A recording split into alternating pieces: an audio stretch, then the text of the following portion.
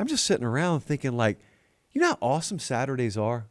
And I feel so bad for people who don't love college football and they don't really know what we're talking about.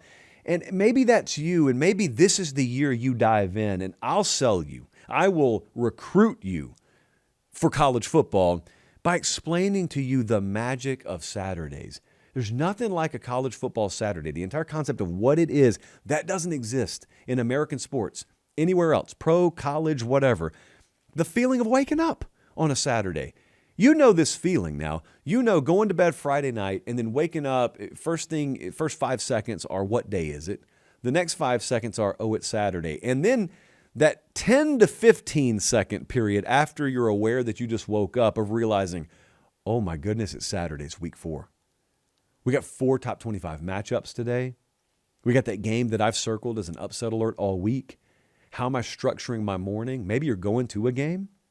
Maybe you've got errands to run, but the morning buzz, just the energy you have about yourself on a Saturday morning. When I was not going to games back in my youth, I would go work out. I would say, I got to get myself to 10 o'clock, and this is Eastern time at that point. And then from 10 to 11:30, I'll be good. If I can get myself to 10, it's basically kickoff because working out feels like kickoff. And then 11:30, it takes me 15 minutes to drive home.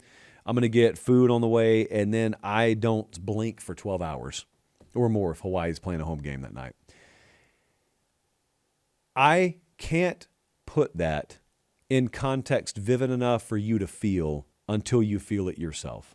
But I want to tell you, if you can ever get to that point, especially on that first Saturday post-September cold front, happens every year, happens every single year. The first couple of weeks is still hot, but eventually there's going to be a real broad sweeping cold front through like the eastern 2/3 of the United States. And it sometimes happens late in the week, fingers crossed, and you wake up. It could be a Friday morning, but maybe it's a Saturday morning, and you step outside and you can feel it. You can feel college football in the air. The dew point has plummeted. Are those leaves changing colors? Wow. I've actually got to put a coat on to walk out here. It's an unbelievable feeling. I wish everyone could experience it. There's some people who are really sad in life right now, and they think, man, if I could just get a better job. Man, if I just had more friends. No, forget that. Your job's fine. A friend in need is a pest. No, what you need is college football. That's all you need. That's all you really need. Urgency is a word that we use a lot in college football. And those Saturdays, the urgency that I feel, that most people who love the sport, the urgency that you feel on Saturdays, again, is unmatched anywhere else in the American sporting landscape. And I'm talking mainly to people who can't relate yet to what I'm talking about. Kind of trying to invite you to experience this.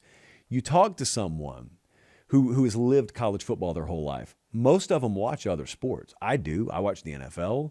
Believe it or not, I even dabble in some NBA. Told the Knicks had a great year this year, Jesse. Major League Baseball, grew up. It was my favorite sport next to college football growing up. So I know the flavor of all the other sports. I know that there's nothing like a college football Saturday, specifically the urgency. You can wake up utterly terrified on a Saturday. You remember when Oregon came to Penn State last year? Yes, you do, Jesse. You remember the feeling you had that morning. You remember, hey man, it comes down to 1 or 2 games for us this year. We think we got everything we need, and it's like you're holding the little balancing rod, and you're looking at the tightrope in front of you. And you know you got to walk that thing today. And the thing about it is, a tightrope walk with a giant safety net under you, whatever. The college football is a tightrope walk in a lot of cases where there's either no safety net or there is a safety net, but it's like 100 feet below you. So you're going to get hurt no matter if that thing catches you or not. And the way that makes you feel, it's so exciting. It's so terrifying. It's like riding a roller coaster for the first time. It's like, I don't know how else to describe it, again, because there's no other comparison. You have to live college football to understand what I'm talking about. That's also why some of us get really, really aggressive when you talk about expanding the playoff, because you're talking about doing it at the expense of taking that word and devaluing it, urgency.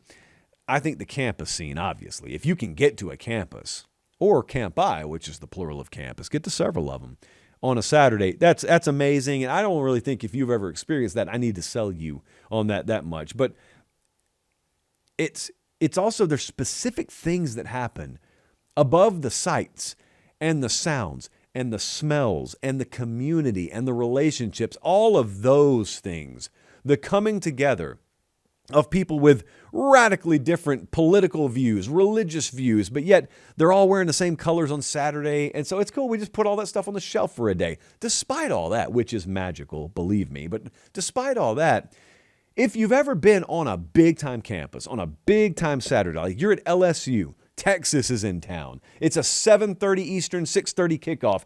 Think about what it's like 2:15 in the afternoon. Tailgate scene's already packed, but you know any given Saturday, you're going to have some big stuff that happens that you didn't expect.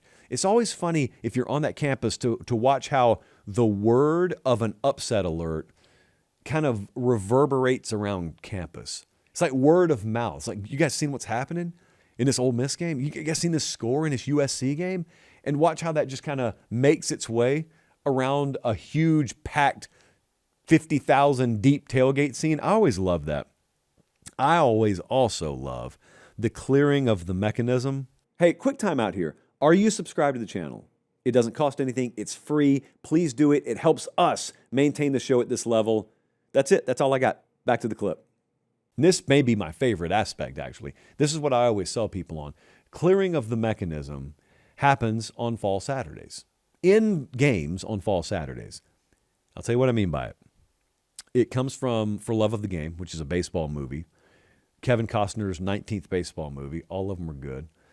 He's pitching, Billy Chappell, pitching for the Detroit Tigers. He's in the latter stages, in the twilight of his career. And he is narrating his own game.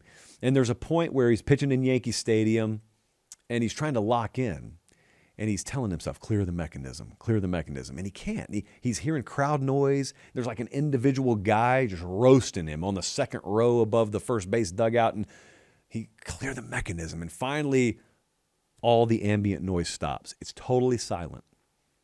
And that's you hearing what it's like in his mind as a big league pitcher once the mechanism's cleared. Once the mechanism's cleared, all the outside noise is cut out, and all that matters is him and the batter, 60 feet, 6 inches away from him. On college football Saturdays, there are moments. There will be a moment in week 1 of this year where Ole Miss is playing Louisville, or LSU is playing Clemson, or Auburn is playing Baylor, and it'll be a tight game.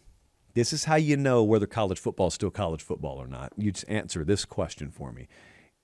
It's LSU Clemson.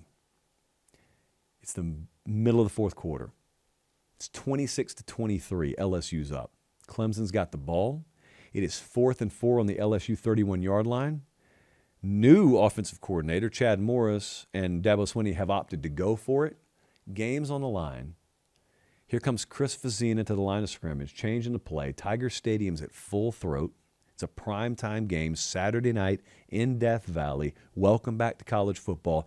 Play clock's at 8, 7, 6, 5, 4. Are they going to get the playoff? 3, 2. Hit pause right now.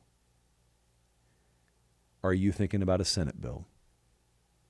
Are you thinking about NIL or the portal? Are you paying attention to how much any of the players on the field are making? Are you concerned with rule changes, conference realignment, all the stuff you get so sick of in the spring and summer? Are you thinking about any of it? The answer is no, because your mechanism is cleared and you're fully locked in. College football features that unlike any other sport in the world to me, which is why I love it. There are pinball windows about Saturdays. It happens multiple times per year. I won't say it happens every Saturday, because that'd be taking it a little bit too far. But they're going to be like 6, 7, 8 Saturdays out of the year where I call them pinball windows, and that's like a 30-minute chunk of time on a Saturday. Normally it's when a bunch of games are ending at the same time.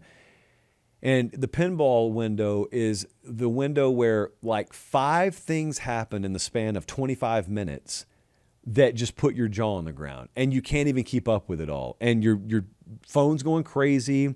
If you're doing, the thing where you scroll social media constantly, it's going crazy. Some of the worst places to be when this is happening are in stadiums, because you don't know. Because I think for all the advancements in technology, Most of these places still are terrible at keeping you updated at what's happening in the outside world, which is an easy fix, by the way. It's kind of inexcusable. But those pinball windows, see, this happens in the NFL. It happens a lot because the NFL is built to do this every Sunday. The NCAA tournament, the first 2 days of March Madness, they provide pinball windows. A college football pinball window, especially in a year like this, where there may be no defined preseason favorite, there may be a bunch of high-level quarterbacks. I think our pinball windows are going to be at a premium this year. Actually, not at a premium. I think they're going to be plentiful this year. And then, well after the pinball windows, comes the aftermath window, the pinball window's cousin. The aftermath window is the feeling that you have. It's probably 1 a.m. Eastern Standard Time.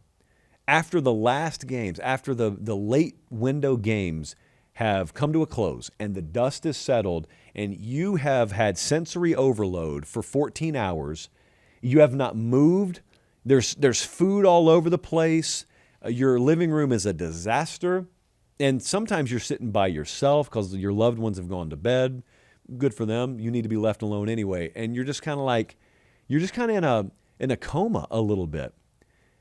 And you just lean back, terrible posture, sitting on the couch, and you're just trying to process what just happened. This is an every week thing. It's so beautiful. The pinball windows are beautiful. The aftermath window is beautiful. The campus scene is beautiful. Urgency is beautiful. The clearing of the mechanism, Jesse, is so beautiful. And it all starts with waking up on a fall Saturday. Guys, we only get 12 of them per team, guaranteed. And if you want to know why we take such a strong stand against fall weddings on this show, it's because I have never been to a fall wedding that delivers those things. Prez is just sitting over here. That's why I randomly looked over there. If I go to a fall wedding that delivers that, I'll be happy to endorse fall weddings. None of you are capable of that. Don't try. Don't try. Get married in the spring or get married on Friday. Don't try and put people through that. Don't put your friends in a position where they got to choose your wedding, not your marriage, your wedding, or this. Because this is going to win every time. And if they tell you otherwise, they're lying to you. They're under secret protest. Better them than me.